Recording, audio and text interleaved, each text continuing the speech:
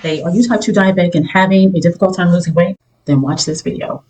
I'm CE Health Coach and Herbalist, and today we're going to talk about how to lose weight when we are type 2 diabetic. The most important things are what we eat, sleep, and stress. Yes, even more important than exercise. So number one thing is we must reduce insulin. High insulin levels encourage fat storage. So here's some things I don't want you to worry about. I don't want you to worry about calories, lean protein, and definitely do not weigh yourself frequently. Actually, it's better if you just measure your waist.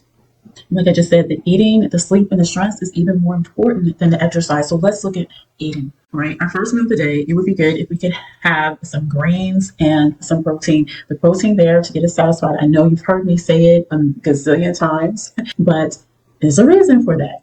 And some of the top greens, especially if you're type 2 diabetic, are going to be your arugula, your broccoli, and your kale. And there are definitely others, but for purposes of this video and keeping things moving, those are some of the top ones, especially the arugula. And what this meal does is it helps us get satisfied, because we know what happens, right? When we're not satisfied, we're more tempted to do more snacking, and the snacks we choose usually aren't the best. And the more that we're satisfied and healthier we eat, we're going to crave less. And of course, this takes time, but the more healthier foods we incorporate, the more we get satisfied, the less cravings, the less snacking. And that's what we want to reduce. And while we're incorporating more grains and the protein, the other thing we want to do is at that same time, we want to reduce those carbs, right? Reduce the refined carbs, the things that cause us to be a sugar burner. So we want to avoid those things that are spiking our blood glucose. Another thing, if this works for you, is taking apple cider vinegar daily. The other thing we want to look at is soda. A lot of us drink a lot of sugary drinks, so we can easily replace those with herbal teas, whether they be hot or cold. So simple teas that honestly taste good: hibiscus and lemon, nettle and lemon.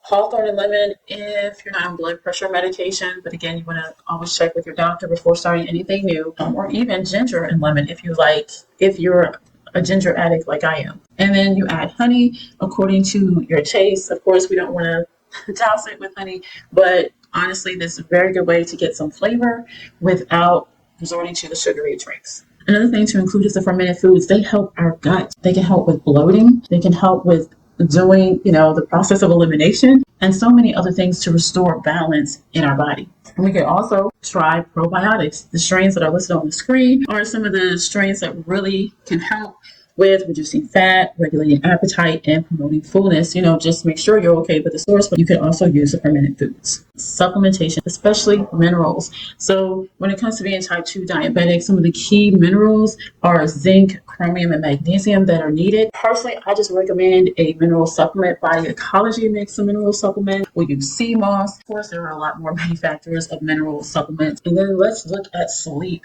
Yes, quantity and quality. 6 to 8 hours is so important to get. And I understand that sometimes it's hard to fall asleep. And I know one of the problems I had is with the mental chatter.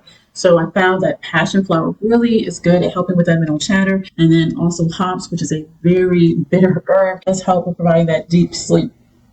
And once we start increasing the quality and the quantity of sleep, it does help us manage stress better.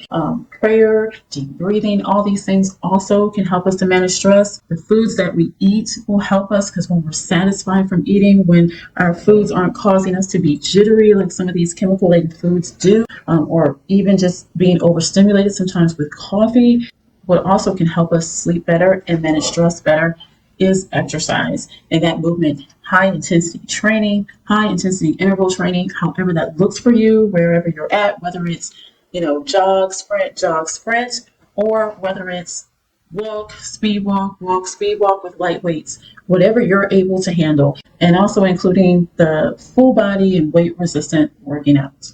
And again, with like all things, I wouldn't just take one or two of these things. I would try to incorporate as much as I could. Again, small, consistent changes. I'm not saying you have to jump all in and do all 10 things at once, but do want to start incorporating more than just one or two of these techniques to be able to lose weight. I hope this helps you. Thank you for watching, and take care.